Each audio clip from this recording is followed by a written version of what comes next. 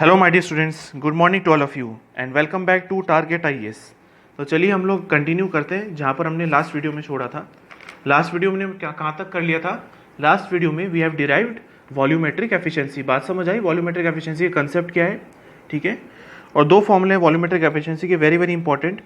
एक तो है इन टर्म्स ऑफ डायमेंशंस, है ना, ऑफ द कंप्रेसर सिलेंडर, है ना, जिसमें कि डायमीटर होता है, स्ट्रोक लेंथ होता है। तो और उस केस में फिर आपको क्या चाहिए होता है? Specific volume of the refrigerant entering at compressor, है ना। तो एक तो उसके टर्म में फॉर्मूला है। दूसरा फॉर्मूला किसके टर्म में? In terms of clearance ratio, है ना। In terms of clearance ratio भी एक फॉर्मूला होता है, ठीक है। बट उस केस में क्या कंडीशन है कि आपको पता होना चाहिए कि वो कौन सा लॉ फॉलो कर रहा है, मतलब PV to the power n equal to constant. तो वो एन क्या है, वो एक्सपोनेंट आपको पता होना चाहिए, ठीक है। इतनी बात समझ आ गई? ठीक है। तो माय डियर फ्रेंड्स, हमने लास्ट वीडियो में वॉल्यूमेट्रिक एफिशिएंसी देख ली थी। अब चलिए वहाँ से आगे कंटिन्यू करते हैं, ठीक है। वहाँ से आगे हम लोग देखते हैं, दैट इज नेक्स्ट टॉपिक क्या है? Dry compression versus wet compression, ठीक है। हम लोग ये समझते हैं ड्राई कंप्रेशन क्या है, वेट कंप्रेशन क्या है, और कौन एडवांटेजेस है, कौन डिसएडवांटेजेस है ना, ये भी देख लेते हैं। चलिए, ड्राई कंप्रेशन क्या होता है? देखो नाम से थोड़ा बहुत क्लियर हो रहा है। ड्राई कंप्रेशन मतलब the compression taking place at the dry state, ठीक है। सो ड्राई कंप्रेशन मीन्स कि the entry of the compressor, मतलब जो रेफ्रिजरेंट है, the refrigerant entering into the compressor should be at what state? कम से कम नहीं तो सैचुरेटेड वेपर होना चाहिए माय डियर। कम से कम नहीं तो क्या होना चाहिए? सैचुरेटेड वेपर, ठीक है। वैसे तो क्या होता है my dear, practically speaking, by employing some device like for example heat exchanger ले लेते हैं। तो ऐसे डिवाइसेस की मदद से मैं क्या करता हूं कि जो वेपर है, सैचुरेटेड वेपर जो निकला इवेपोरेटर के बाद, वो क्या हो जाता है? स्लाइटली सुपर हीट, है ना। उसको मैं स्लाइटली करता हूँ सुपर हीट। देख रहे हैं, मैं सैचुरेटेड लाइन से आगे जा रहा हूँ तो मतलब सुपर हीट हो रहा है ना। तो सुपर हीट करके फिर मैं कराता हूँ क्या? कंप्रेस। ये मैं माय डियर क्यों करता हूँ? स्लाइटली सुपर हीट मैं इसीलिए कराता हूँ माय डियर स्टूडेंट्स, जिससे कि मैं इंश्योर कर सकूँ कि there is no wet content in the mixture. मतलब रेफ्रिजरेंट मतलब लिक्विड प्लस वेपर में भी जरा सा भी लिक्विड ना हो, ये इंश्योर करने के लिए मैं क्या करता हूँ? स्लाइटली सुपर हीट कराता हूँ। स्लाइटली इसको मैं सुपर हीट कराता हूँ एक्चुअली में। बात समझ में आया? बट हाँ, एटलीस्ट ड्राई कंप्रेशन के लिए क्या होना चाहिए? कम से कम नहीं तो सैचुरेटेड वेपर होना चाहिए। सुपर हीटेड है स्लाइटली तो अच्छी बात है, कम से कम सैचुरेटेड वेपर तो होना चाहिए। वेयर एज वेट कंप्रेशन क्या होता है? वेट कंप्रेशन का मतलब क्या होता है कि एंट्री टू द कंप्रेसर क्या, जो रेफ्रिजरेंट कैसे एंटर कर रहा है? It should be at the mixed state, है ना। It should be a mixture of liquid and vapour. तो उसको, उस कंप्रेशन को हम लोग क्या बोलते हैं? Wet compression. जैसे 1 से 2, क्योंकि 1 जो स्टेट है that is saturated vapour, entry to the compressor is saturated vapour.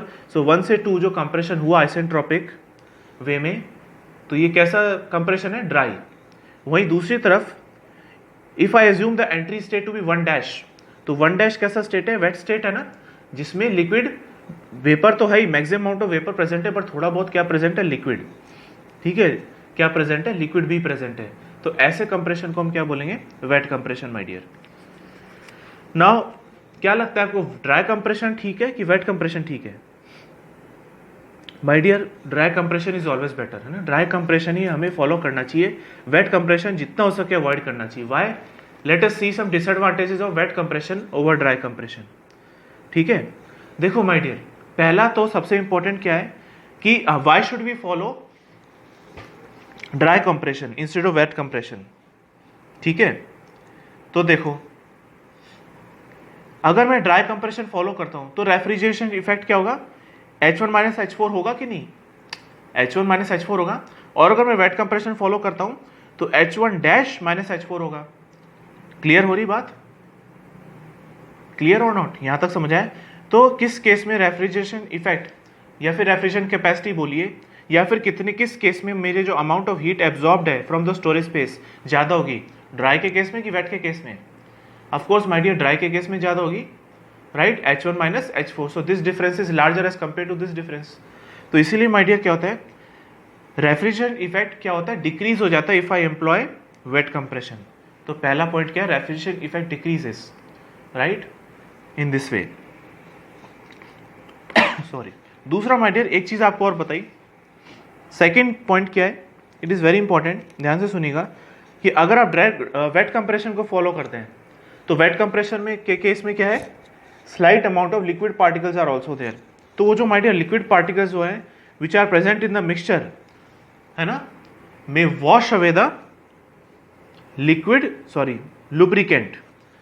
Lubricant जो होता है माय डियर, लुब्रिकेशन हर जगह रिक्वायर्ड होता है, जो जहां पर भी there is relative motion between the links है ना, जहां पर भी there is a relative motion between the links, तो वहां पर क्योंकि रबिंग एक्शन होता है, तो उस रबिंग की वजह से हीट प्रोड्यूस होती है, जिसकी वजह से क्या होता है, वियरिंग टेयरिंग बढ़ जाता है। तो उसको कम करने के लिए और फ्रिक्शन को कम करने के लिए क्या करा जाता है, lubrication between the relative motion between the two links है ना। तो अगर वो लिक्विड लुब्रिकेंट ही वॉश अवे होने लग जाए तो क्या होगा, वापस से हीटिंग प्रोड्यूस होने लगेगी। ठीक है, समझ में आया। तो देयरफॉर क्या होगा कि जो लिक्विड पार्टिकल है रेफ्रिजरेंट का, वो क्या कर सकता है, दैट में वॉश अवे द लुब्रिकेंट, वो लुब्रिकेंट को अपने साथ में ले जा सकता है and increases the chances of wear and tear. सही बात है, इसीलिए भी हम लोग क्या फॉलो करते हैं, हमेशा ही ड्राई कंप्रेशन फॉलो करते हैं। ऑल्सो इट में damage the compressor valves, inlet जितने भी एग्जॉस्ट वाल्व होते हैं, ये सारे वाल्व्स को भी डैमेज कर सकता है in case of wet compression and its body. ठीक है, और माय डियर चौथी चीज क्या है, बहुत ही इंपॉर्टेंट है, ध्यान से सुनना माय डियर। जो वेट कंप्रेशन है, देखिए 4 से 1 कहां पर प्रोसेस हो रहा है, इवेपोरेटर के अंदर है। So that involves what, evaporation of refrigerant. इस केस में रेफ्रिजरेंट का इवेपोरेशन हो रहा है ना। क्या कभी पॉसिबल हो सकता है कि पार्शियल इवेपोरेशन हो? क्या ऐसा हो सकता है कि जो है slight amount of liquid partially, मतलब जो है लिक्विड, कुछ अमाउंट लिक्विड का इवेपोरेट हो जाए, कुछ बाकी रह जाए? ऐसा थोड़ी ना होता है। सो देयरफॉर वेट कंप्रेशन जो है represents indirectly the incomplete evaporation of the refrigerant which is not possible my dear practically कभी भी पॉसिबल नहीं होता। ऐसा कभी नहीं हो सकता कि आप जो है लिक्विड रेफ्रिजरेंट जो है इवेपोरेशन हो रहा है, बीच में आप इसको कंप्रेस कराने के लिए ले गए, ऐसा नहीं हो सकता। पूरा इवेपोरेशन होना पड़ेगा।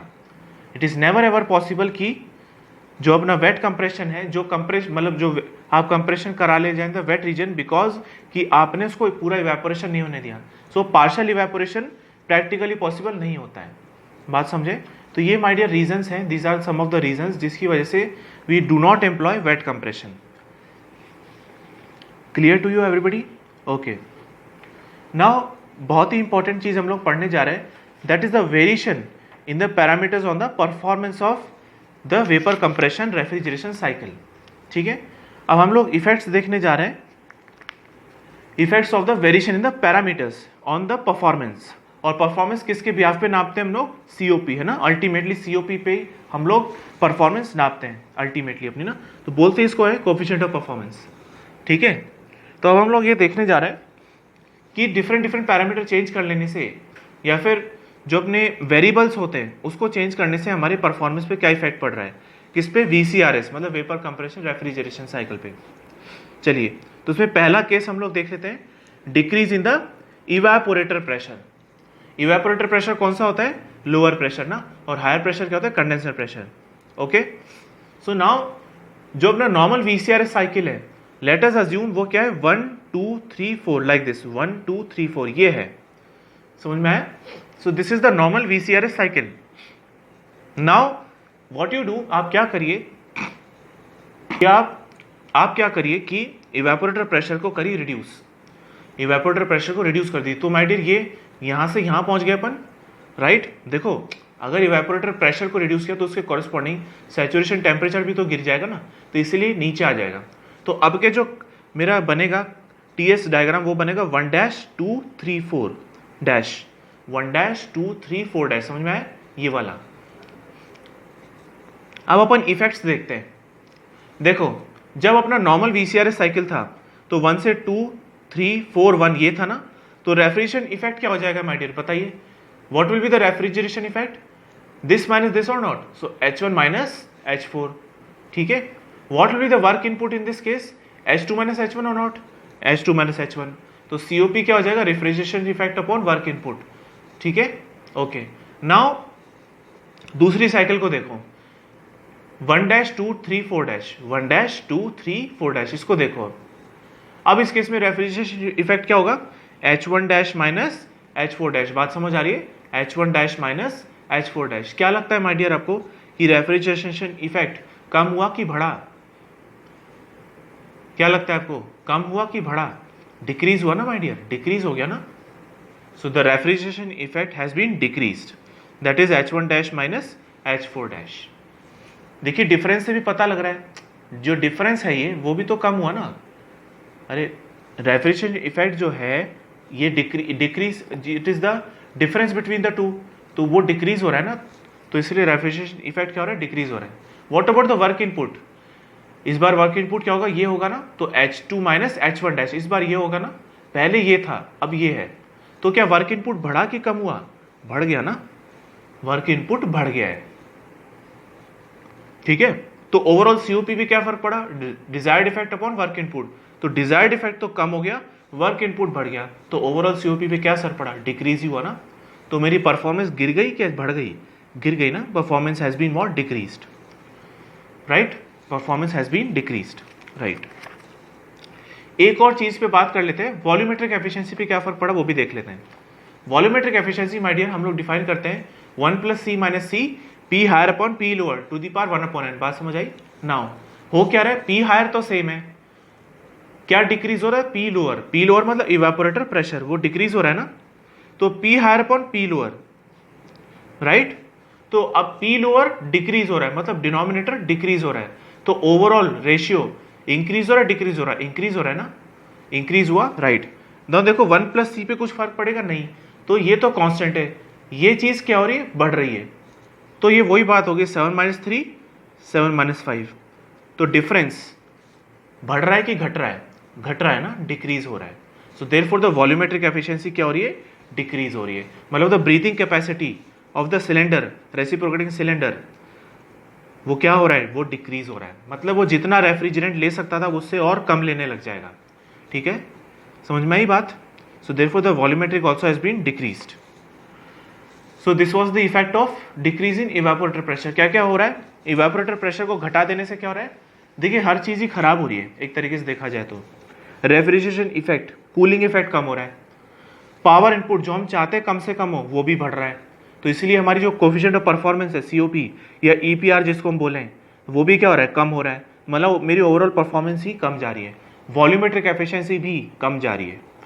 तो मतलब कहीं ना कहीं जो वॉल्यूमेट्रिक एफिशिएंसी है ये मेरा यूटिलाइजेशन होता है, ये मेरा कहीं ना कहीं यूटिलाइजेशन को बताता है सिलेंडर का, तो यूटिलाइजेशन क्या हो रहा है, कम हो रहा है ना, तो ओवरऑल हर चीज ही मेरी कम हो रही है।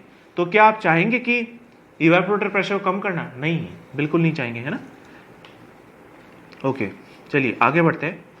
अब नेक्स्ट क्या हम लोग इफेक्ट देखते हैं, अब हम देखते हैं increase in the condenser pressure. अब हम लोग जो कंडेंसर प्रेशर है मतलब हायर प्रेशर जो उसको हम बढ़ाते हैं, और बढ़ाने से क्या होता है अब देखते हैं। माय डियर मैं आपको पहले ही बता दूं कि जितने भी इफेक्ट हमने देखे थे decrease in the evaporator pressure, वो सारे सेम इफेक्ट दिखने वाले हैं इन case of now sorry increase in the condenser pressure, सारा सेम इफेक्ट दिखने वाला है। कैसे देखना, जब हमने कंडेंसर प्रेशर नहीं बढ़ाया था तब हमारे पास में क्या टीएस डायग्राम था, 1 2 3 4 है ना, 1 2 3 4 इस टाइप से था। अब हमने जब कंडेंसर प्रेशर को बढ़ाया तो 1 2 डैश 3 डैश 4 डैश, ये होगा ना 1 dash sorry 1 2 dash 3 dash 4 dash, इस तरीके से होगा ना, इतनी बार ठीक है। ओके तो अब देखिए, अब मुझे बताइए रेफ्रिजरेशन इफेक्ट का वापस क्या हो रहा है, डिक्रीज हुआ ना, पहले था H1 माइनस H4, अब क्या होगा H1 minus H4 dash, decrease हुआ डिफरेंस, तो therefore the refrigeration effect has been decreased. What about power input, पहले था H2 माइनस H1, अब हो जाएगा H2 dash minus H1, power input का क्या हो रहा है, बढ़ रहा है कि घट रहा है, बढ़ रहा है ना, बढ़ रहा है, तो इसीलिए कोएफिशिएंट ऑफ परफॉर्मेंस का क्या हाल हो रहा है, डिक्रीज हो रहा है कि नहीं, तो अगेन परफॉर्मेंस गिर रही है। What about the volumetric efficiency, again देखिए वॉल्यूमेट्रिक एफिशिएंसी क्या होती है, 1 plus C minus C P higher upon P lower to the power 1 upon n. अब की बार पी हायर बढ़ रहा है, पी लोअर तो कांस्टेंट है, पी हायर बढ़ रहा है, तो इसका मतलब ये पूरी टर्म बढ़ रही है कि नहीं, ये कांस्टेंट है, तो वही बात यही वाला हाल है 7 माइनस 3 7 माइनस 5, मतलब ओवरऑल डिफरेंस जो हो रहा है दिस माइनस दिस ये घट रहा है ना, so the volumetric efficiency has been again reduced, therefore under utilisation of cylinder is being taking place. तो ओवरऑल मेरा इस केस में भी परफॉर्मेंस गिर रहा है, समझ में आया? इसलिए मैंने कहा था कि मेरा जो ओवरऑल जो रिजल्ट आएगा वो सेम आने वाला है as that of decrease in the evaporator pressure. तो आज से आप क्या याद करेंगे कि decrease in the evaporator pressure या increase in the condenser pressure, मतलब हायर प्रेशर को बढ़ा देने से और लोअर प्रेशर को घटा देने से दोनों से सेम इफेक्ट पड़ने वाला है। क्या क्या? सीओपी घटेगी, पावर इनपुट बढ़ेगा और रेफ्रिजरेशन इफेक्ट घटेगा और वॉल्यूमेट्रिक एफिशिएंसी भी घटेगी। ठीक है, तो all these are effects of either decrease in the evaporator pressure और increase in the condenser pressure. बात समझ आई?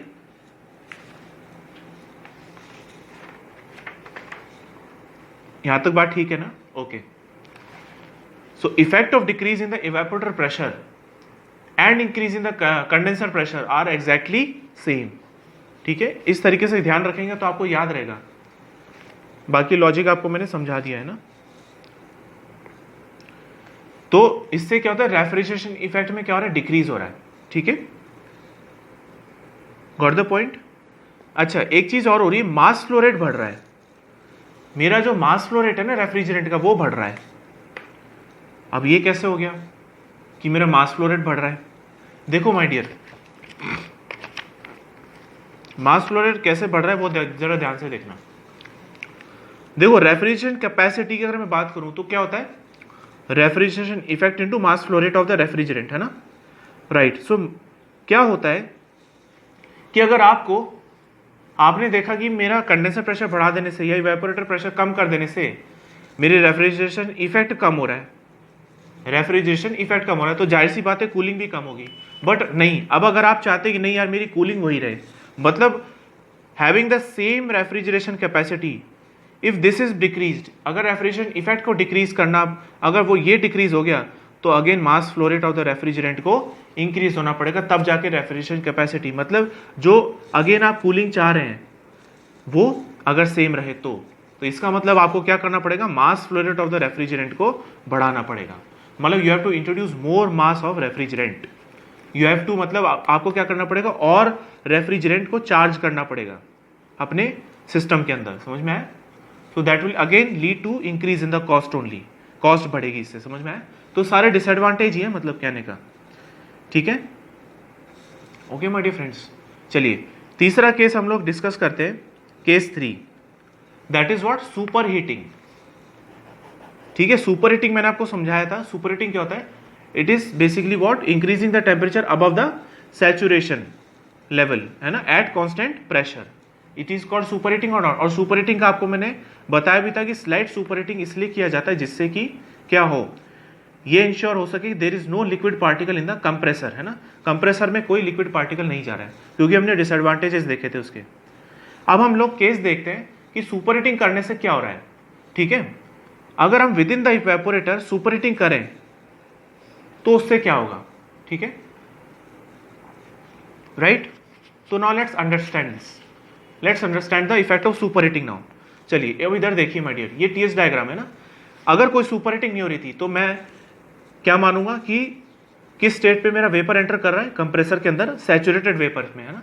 तो मेरा टीएस डायग्राम कैसा बनेगा, 1 2 3 4, जो नॉर्मल डायग्राम है ना। अब अगर मैं सुपर हीट करता जा रहा हूं तो सुपर हीट करने से माय डियर क्या हो रहा है, जैसे आप यहां पहुंच गए तो अब अगेन 1 2 3 4, 1 2 3 4, बात समझ आ रही। और सुपर हीटिंग माय डियर हम कर रहे हैं with in the evaporator only, with in the evaporator only. ये भी ध्यान रखना, सुपर हीटिंग हीट एक्सचेंजर के भी मदद से हो सकता है, राइट, बट हम लोग कहाँ सुपर हीटिंग करा रहे हैं, with in the evaporator itself.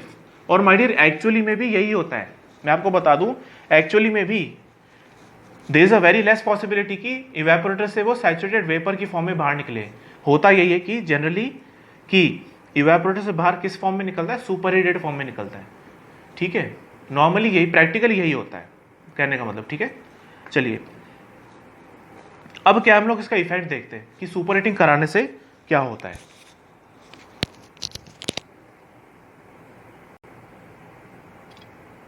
ठीक है, यहां तक माय डियर फ्रेंड्स,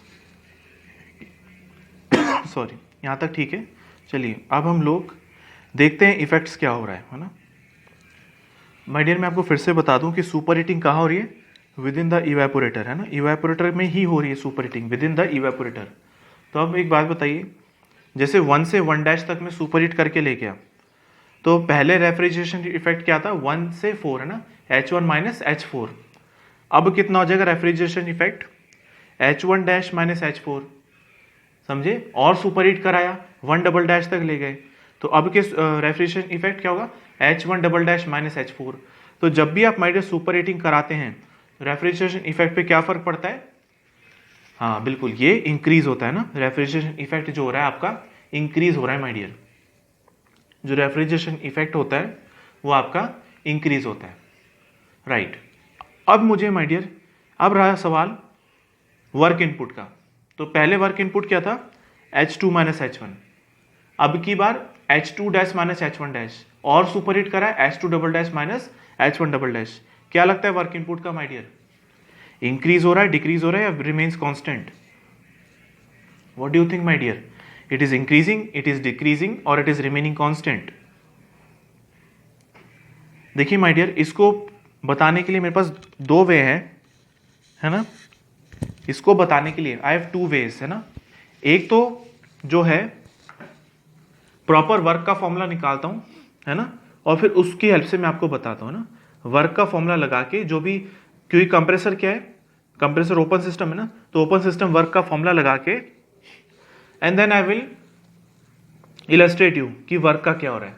और दूसरा माय डियर मैं आपको ग्राफिकली भी समझाऊंगा, ठीक है, चलिए देखते हैं, ग्राफिकली मैं इसको आपको समझा दूंगा। देखो आप ध्यान से, पहले मैं वर्क निकाल लेते हैं, कंप्रेसर वर्क, ठीक है, वैसे तो अपने पावर प्लांट में भी करेंगे, तो अभी मैं यहाँ पे ज़्यादा डिटेल में नहीं जा रहा हूँ, ठीक है। तो work done upon the compressor, कैसे माय डियर, कैसे लिखते हैं, वर्क कैसे डिफाइन करते हैं for open system, minus VDP से करते हैं ना, ठीक है। और अगर आप PV to the power n equal to constant मानते हैं, क्या, यस, कि पोलियोट्रोपिक प्रोसेस से कंप्रेशन हो रहा है ना कंप्रेसर के अंदर, ठीक है, सॉरी आप गामा मानिए, क्योंकि अगर आइसेंट्रोपिक है तब तो गामा रहेगा, पॉलीट्रोपिक है तो n हो जाएगा, बट यहाँ पे हमारे केस में गामा है, तो कोई दिक्कत नहीं, PV to the power gamma equal to constant. तो माय डियर जब आप यहाँ सॉल्व करते हैं, इवन आपको ध्यान भी होगा, शायद थर्मो में मैंने बताया था कि work done in case of open system will be n times work of closed, ये था ना। अच्छा n हो तो n, मतलब जब पॉलीट्रोपिक है तब तो n, लेकिन अगर रिवर्सिबल एडियाबेटिक हो तब तो गामा, तो यहाँ पर गामा आ जाएगा, कोई इशू नहीं है। तो ये जो फॉर्मूला बनता है that is gamma times work of close, क्या होता है, yes, P1V1 minus P2V2 upon gamma minus 1, याद है फॉर्मूला। तो ये बनता है ना, ये होता है work done upon the compressor, this is the isentropic work on the compressor, ठीक है, समझ में ये है। अच्छा, इसको और अगर मैं फर्दर सिंप्लीफाई करूं, तो एक काम करो, P1V1 को कॉमन ले लो, सो P1V1 है ना, और ये हो जाएगा 1 माइनस P2V2 अपॉन P1V1, है ना, ठीक है, ऐसे कर लिया। चलिए अब इसके बाद क्या करें, gamma upon gamma minus 1, what is P1V1, P1V1 को मैं क्या लिख सकता हूँ, MRT1 लिख सकता हूँ, right, any issue in it, ठीक है। और अगर ये तो यहां से आंसर आएगा किलो जूल में, लेकिन अगर किलो जूल पर सेकंड चाहिए तो मास फ्लो रेट आएगा, तो m डॉट, कोई इशू नहीं है, ठीक है। अब यहां से आंसर आएगा किलो वॉट में, so gamma upon gamma minus 1 m dot RT1, ठीक है। और my dear PV equal to MRT क्यों यूज कर सकता हूं, इसलिए यूज कर सकता हूं क्योंकि कंप्रेसर के अंदर वैसे भी कैसी वेपर जा रही है, ड्राई वेपर जा रही है ना, बिल्कुल, तो वो तो आइडियल गैस वन मान सकते हैं, वो अपन आइडियल गैस मान सकते हैं, उसमें कोई इशू नहीं है। वेट रीजन के अंदर अपन PV equal to MRT use नहीं कर पाएंगे, समझ में आई बात। तो 1 माइनस, राइट, ठीक है। अब आफ्टर सॉल्विंग दिस, इसको कैसे सॉल्व करेंगे, देखो, I know P1V1 to the power gamma equal to P2V2 to the power gamma, ठीक है। So now V2 by V1 कितना हो जाएगा, P1 over P2 to the power what, 1 upon gamma हो जाएगा, ठीक है।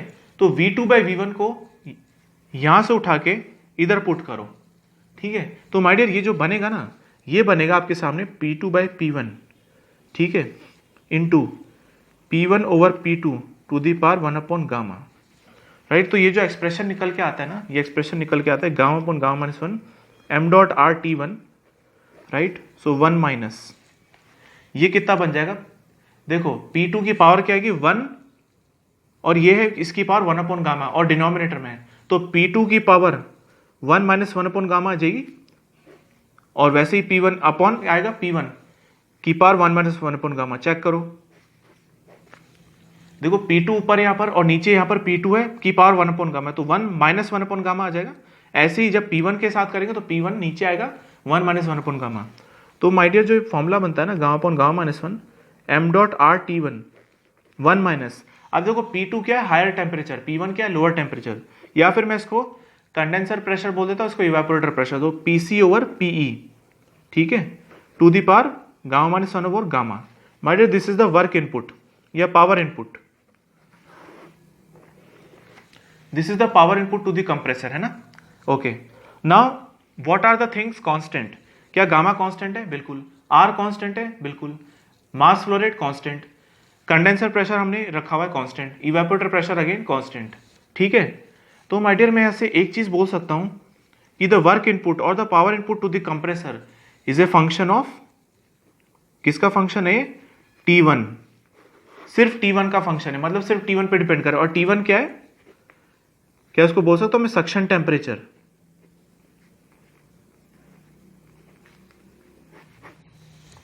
सक्शन टेम्परेचर का मतलब क्या है कि किस टेम्परेचर पे कंप्रेसर सक कर रहा है रेफ्रिजरेंट को, ना, सक्शन टेम्परेचर मतलब temperature at the inlet to the compressor. तो क्या वर्क इनपुट आपका जो इनलेट टेम्परेचर है उस पर डिपेंड कर रहा है, तो more the inlet temperature more will be the work input to the compressor. अब बताइए क्या बोल सकते हैं आप, अब बोलिए कि जैसे जैसे आप सुपर हीटिंग कर रहे हैं तो टी इनलेट मतलब जो वर्क इनपुट, जो आपका टेम्परेचर इनपुट है, मतलब सक्शन टेम्परेचर जो है वो बढ़ रहा है कि नहीं, अगर वो बढ़ रहा है तो इसका मतलब वर्क इनपुट भी क्या हो रहा है, बढ़ रहा है। अब समझ आई बात, वर्क इनपुट क्यों बढ़ रहा है, ऐसे इसको देख के समझ में नहीं आएगा। अच्छा मैं आपको कह रहा था इसको दूसरा वे भी है समझाने का, वो भी समझा देता हूं। देखो इसका दूसरा वे समझाने का ये है माय डियर, देखिए ध्यान से, देखो कांस्टेंट प्रेशर लाइन जो होती है आपको पता है किस कैसे होती है ना, मतलब कुल मिला के ऐसे होती है ना कांस्टेंट प्रेशर लाइन,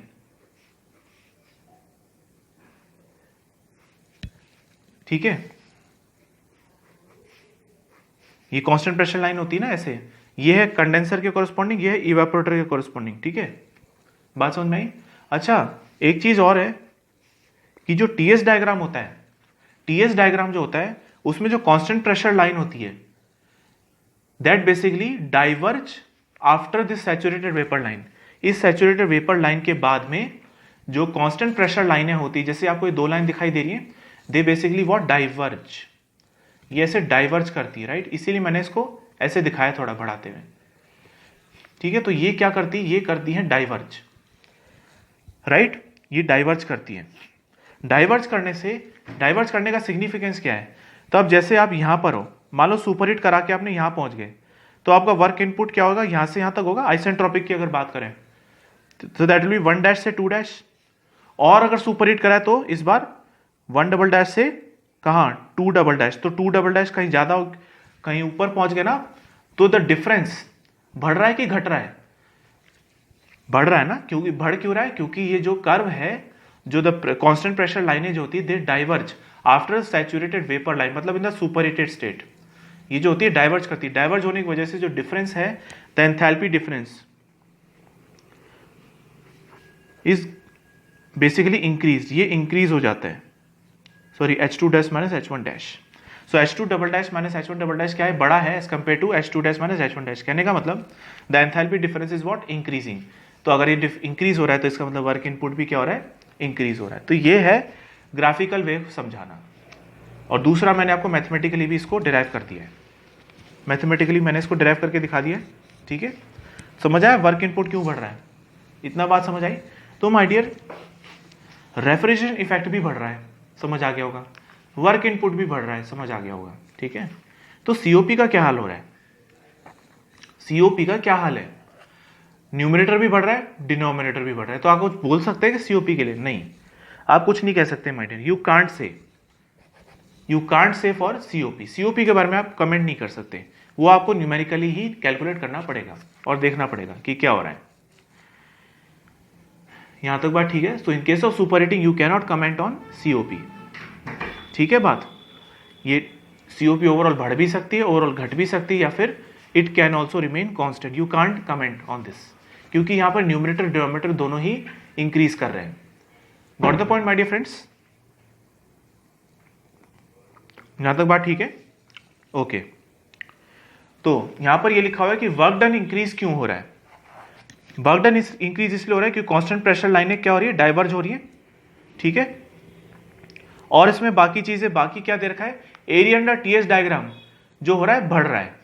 ठीक है? एरिया अंडर जो टीएस डायग्राम है वो भी क्या हो रहा है? इंक्रीज हो रहा है। ऑब्वियस बात है, इंक्रीज हो रहा है ना यार, क्योंकि एरिया जो बाउंड हो रहा है अंडर टीएस वो भी इंक्रीज हो रहा है ना अपॉन सुपर हीटिंग।